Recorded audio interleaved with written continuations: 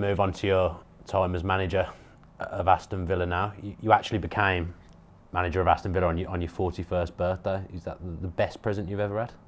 I would think so, yeah. In terms of football, without a doubt. I mean, it actually probably didn't sink in straight away. It was one of them. It was a bit of a whirlwind, 2 or 3 days.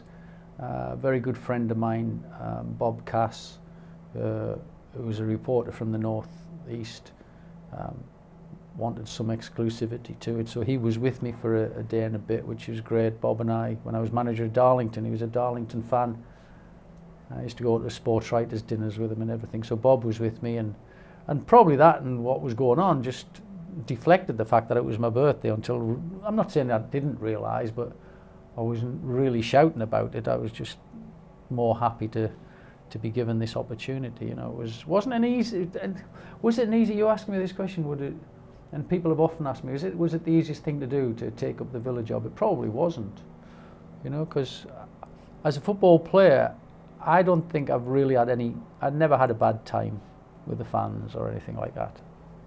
But as a football manager, the minute you walk through the door, someday you'll go out the door in whatever circumstances.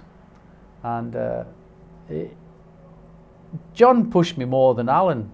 John, we were doing good at Leicester. We weren't doing great in the Premier League, but we took Leicester to the Premier League after being in 3 playoff finals. And as a 3, everything was working well, and everything was going well at Leicester.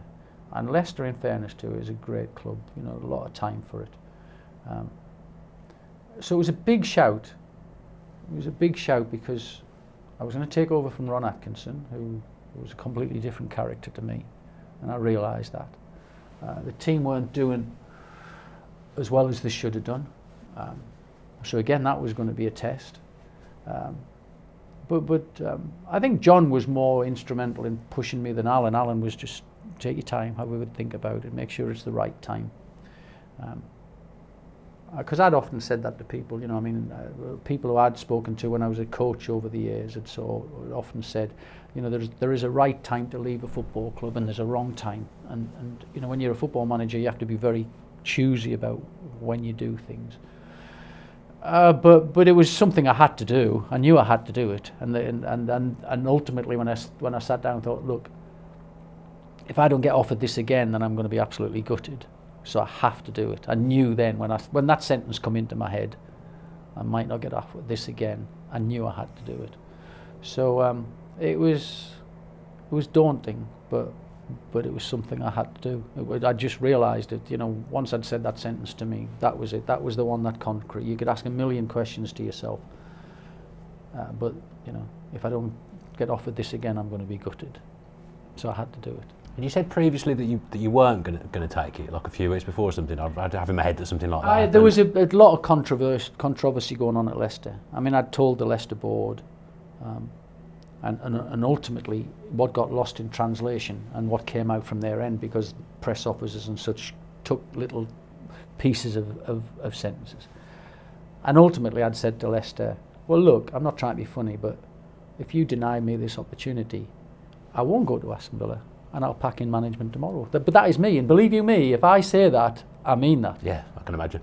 I genuinely. So the whole thing was taken out of context. That one line was used, which was used to make it look as if I wasn't going to go to. I genuinely, if they'd said no to me, and I was told by solicitors or whatever I couldn't go, I would have packed in. I would have done. No 2 ways about it. I'd have just. And I said that to him. Well, look, I won't go to Aston Villa, but I won't manage here. I'm finished. I'll pack in. That's how much it meant to me when I thought about it. But that got lost in translation, and probably ended up on the front page of the Sun. I remember that day. My first away game was Leicester City. Typical. Great. 28,000 Judas placards, which wasn't very nice. And that's really when football actually hit me. I'd never had my playing days, my management days, my coaching days, my management days at Darlington, my management days at Leicester. I had never had any bad publicity at all. So that was something for me to handle. That was something I was totally never had it before. Never ever had anyone really laid into me. And it hurt, you know, that was hard for me, because I don't like criticism. I'm a very temperamental person, me. And I often just throw my toys out and go, that's it, I've had enough now, I'm not doing that. And that is me. So I had to really dig in. I didn't expect, when I got up that morning to go to Leicester, and I got up and my phone had gone straight away, have you seen the Sun? No. Judas, front page of the Sun. Got off the bus, Judas everywhere. I'd never had that before, ever in my life, ever. Nothing like that. As a football player, if I got booed, I'd got booed by the opposition who were a bit frightened of me. Yeah. Wow, I was knocked sideways. I've never been so quiet at a football match in my life. In fairness to Grego, he kept it going on the sideline there, because I was devastated. It knocked me for six, for sure, yeah. Did you just sit in the dugout and let John well, I do didn't. I didn't. Every time I popped my head out, I just got slaughtered. So I thought, I'm not having this. You know, 3 weeks earlier, every time I popped my head out, oh, Brian, start the wave and all this sort of stuff. I mean, crikey. It was a nightmare. I hated it. Were you ever daunted by the prospect that you were filling such a big character's boots in Ron Atkinson? Because obviously you were a favourable sort of appointment. Yes and no. I had total belief. I mean, I can't... football management and football coaching does something to you. You know whether you can or can't do it. You believe whether you can or can't do it. And I'd had 5 years of winning 2 championships and taking Leicester to 3 playoff finals and to the Premier League. I just had no fear of anything like that. That period I was right on it. You know, I wouldn't have took this if I'd had any worries, you know. So no, I'd had 5 years of just climbing. I'd been manager of the year in the conference, manager of the year in the Division 4. I'd had that many manager of the month awards at Leicester. I'd won left, right and centre awards off media, and I took Leicester to the Premier League, and to take them to 3 playoff finals 3 years in a row was great achievement. Could never have been done without Alan and John, because we really did work. I mean, Alan and John were never the greatest of friends, but you know, their differences made our little circle of how we worked absolutely perfect. So I wasn't. No, I thought I could do it. I wouldn't have come if I didn't think I could do it. So I respected Ron, and always have respected Ron. I knew I was a million miles different to him. I sensed from the first day I walked in that they were completely different to how I wanted to do things. But that didn't worry me. I was just concerned about making sure I kept them up, which I had to do. I had a few hairy moments in there, and there were things that I didn't enjoy, but from years ago, Bill Shorthouse, who used to be here, God bless him, Bill was and I didn't realise what mentors were when you're young and a young coach, but Bill Shorthouse was one of my mentors, and he used to say, oh, there they are again, telling him he's great, you wait till next week, they'll drop him. And they'll say, there they are, telling him he's not playing now because he didn't play very well, and next week they'll pick him again. He used to say to me, there's sometimes you have to be really level about things. Think about what's going to happen in a week's time. Think what's going to happen in 2 weeks' time. And if you're going to burn your bridges, make sure you burn them because it's the right reason. Don't rock the boat if you don't need to. But if you need to rock the boat, you've got to do it. So you've got to think about things very carefully. You have to be able to see what's round the corner. You know, it's no good picking a team and then getting beat 5-0 and saying, I shouldn't have done that, should I? You've got to be aware of where you are. So lots of things went in my head. I was not daunted at all. I wasn't worried. I genuinely felt I could do it.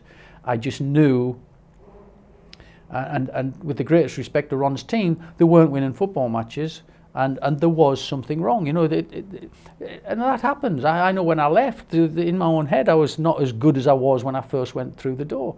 So sometimes in players, it is time for them to move on. It is time for them to change. The group needed changing. There was some great players in there. You know, Dean Saunders, great player. Fash was brilliant in the dressing room. You know, Sean Teal, good player, hard as nails. You know, good players. Kevin Richardson, Ray Houghton, they were good players. But it was time for it to change. And I had periods in that first few months where they played, but sometimes they realised that it was going to change. And, you know, and I could sense that. You know, I knew that and they knew that, but I just had to deal with that. I had to really, and it didn't worry me. It didn't worry me at all. So when you obviously became a manager, did you dream about becoming Aston Villa manager? Was that one of the things like on your ambitions list that you wanted to one day be Villa manager? I don't think I ever looked that far ahead. When I first went to Darlington,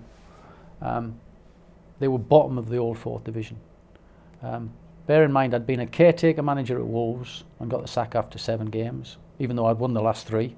And then I went to Darlington, who were bottom of the league, and they got relegated in my first, you know, they were bottom of the league. I joined them in February, end of February. They were bottom of the league. They hadn't won a home game all season. I nearly kept them up, but the last game of the season, the chairman resigned and a new chairman stepped in. So he became chairman the last game of the season. And Darlington needed to win at Scunthorpe, who were top of the league, to stay up. We got beat 5-1. And the chairman, who'd been new chairman for 1 day, called me to the stand. And I thought, oh, great, here I am. That's my second gone. I'm sacked again. And he said to me, if you go, I go. And that was the best sentence anybody's ever said to me in my life, and never since could it be repeated. He'd been a chairman for 1 day and was going to walk out if I went. It was brilliant. So we sat down. We had half an hour in the stand. And he said, look, we can stay full-time for 2 years. If we're not up in 2 years, we're finished. So we sat down, did very brief, and I said to him, well, we've got 24 players.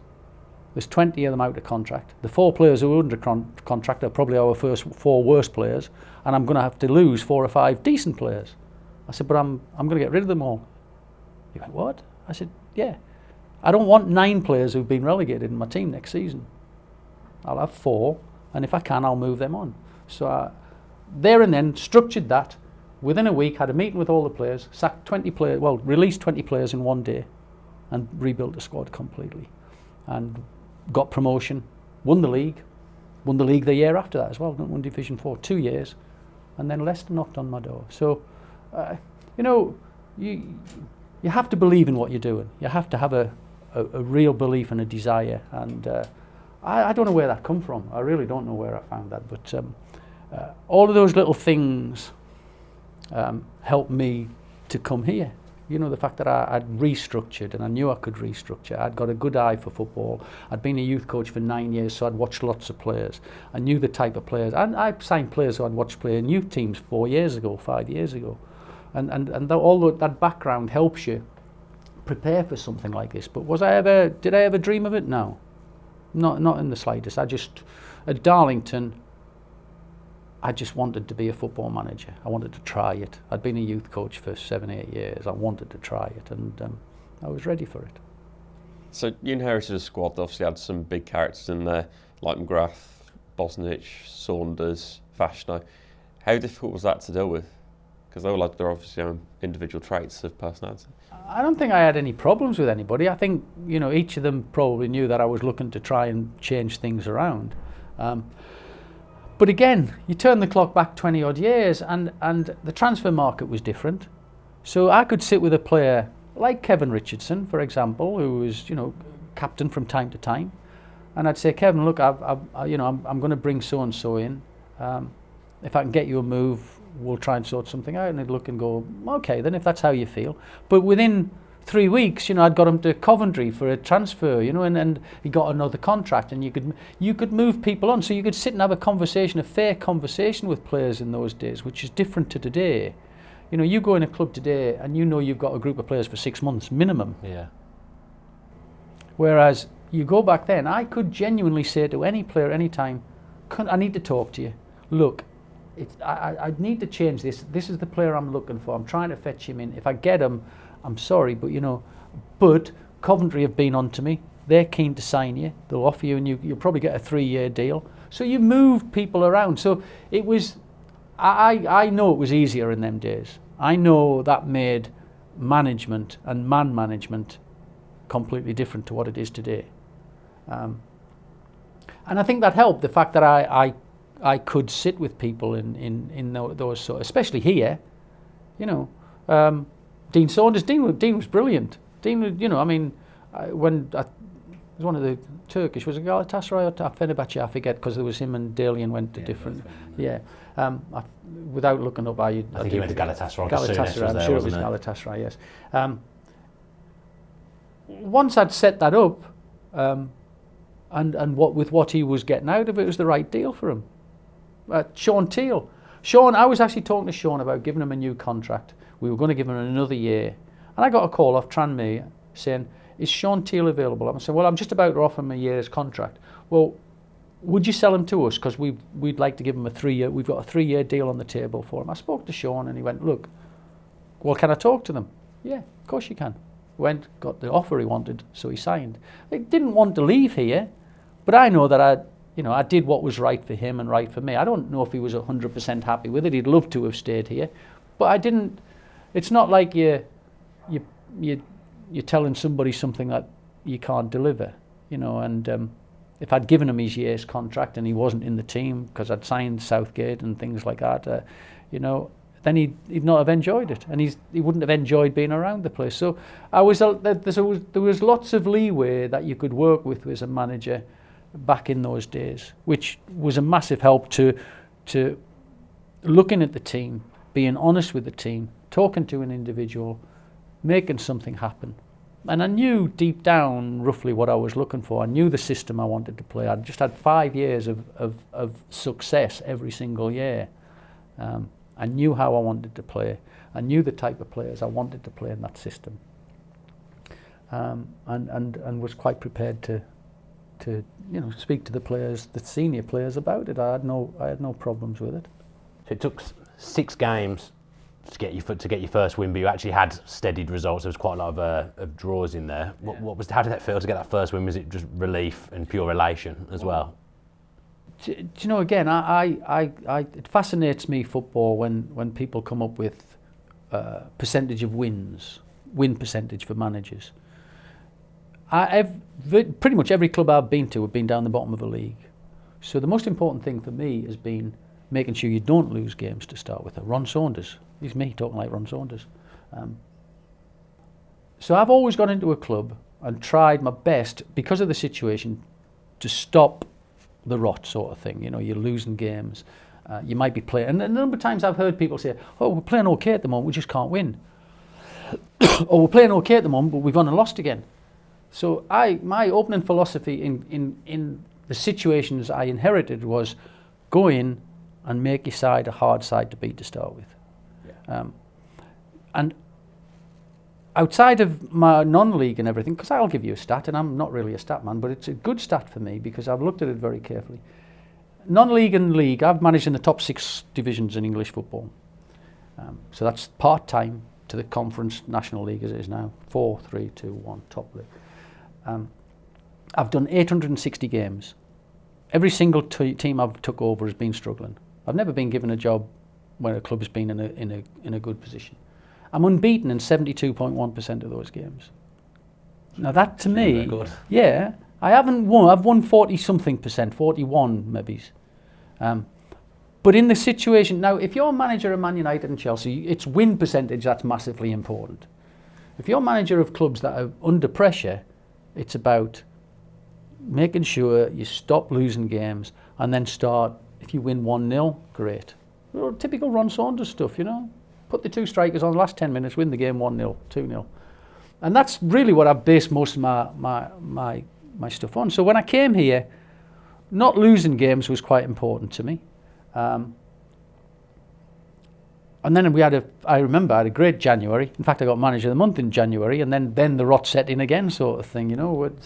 And we managed to just about scrape it.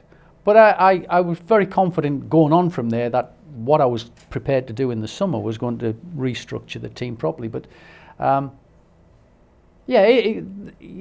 so I go back to, was I worried about drawing 6 games if that was the case, or losing 1?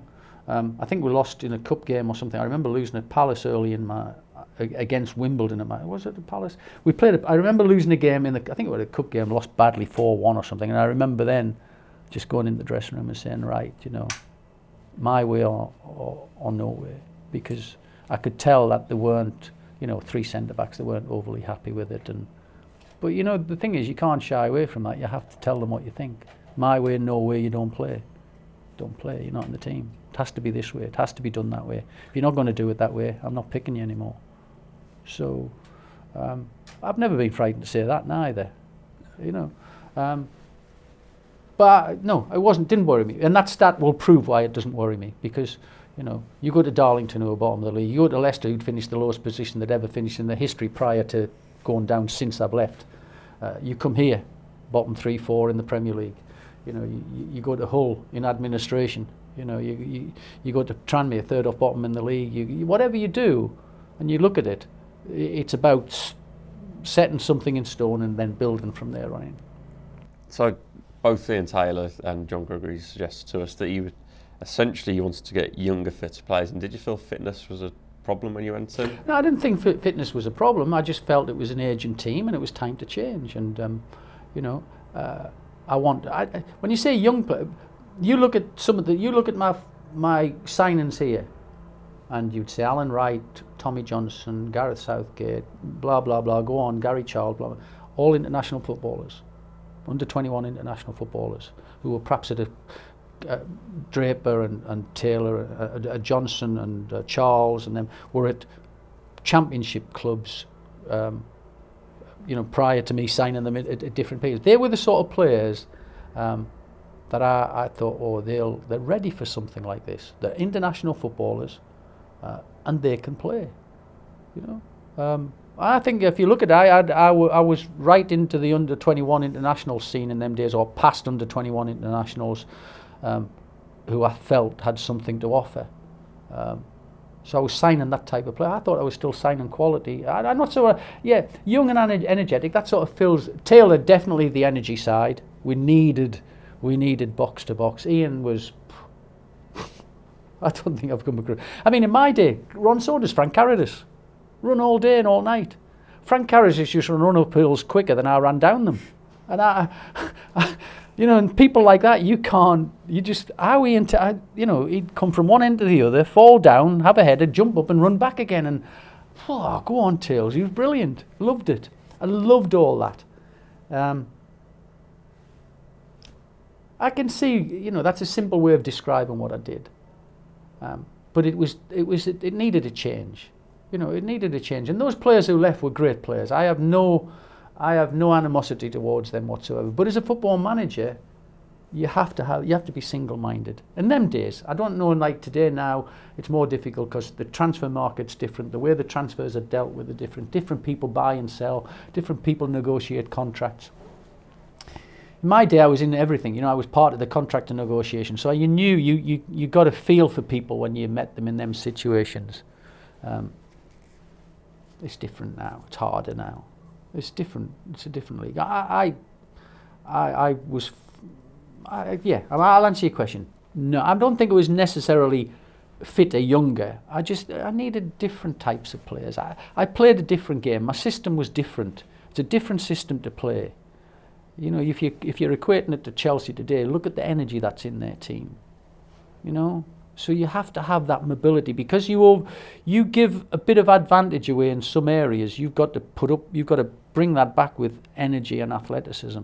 What you give away, you've got to get it back with energy and enthusiasm and athleticism.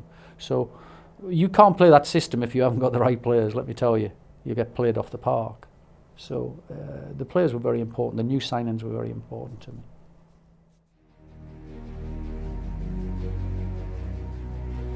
Even if you're 4-1 up with 10 minutes to go, you haven't won that game yet, you know. And that was the first time that had happened to me. And I remember putting Franny on, and I remember thinking, oh, I'll just give him 5 minutes, 10 minutes against Leicester. That'll be great for him. Stupid. You didn't mind them having a laugh and a joke. You couldn't stop them laughing. I mean, you've had Tales with you. I mean, every 5 minutes he's brilliant. You know, he loves it. But that's infectious. No matter how serious the game is, and my God, it is serious. You do need to have periods where you can. And like I said, Tottenham Hotspur in the middle of the pitch, laughing his socks off. I mean, you just couldn't buy that. You can't buy that. You know, it's great. It's brilliant. I had to tell him. And it was an offer that, you know, he couldn't refuse. And I rewarded Tommy for his loyalty to me and the club. I mean, by all accounts, did great at Celtic sort of thing. I've never actually asked him about it. I maybe should someday. You know. If you enjoyed that video, why not watch another one? Click the video choices on screen now to go and watch them in full. And don't forget to subscribe. Click on our logo there on the left and press subscribe. Easy.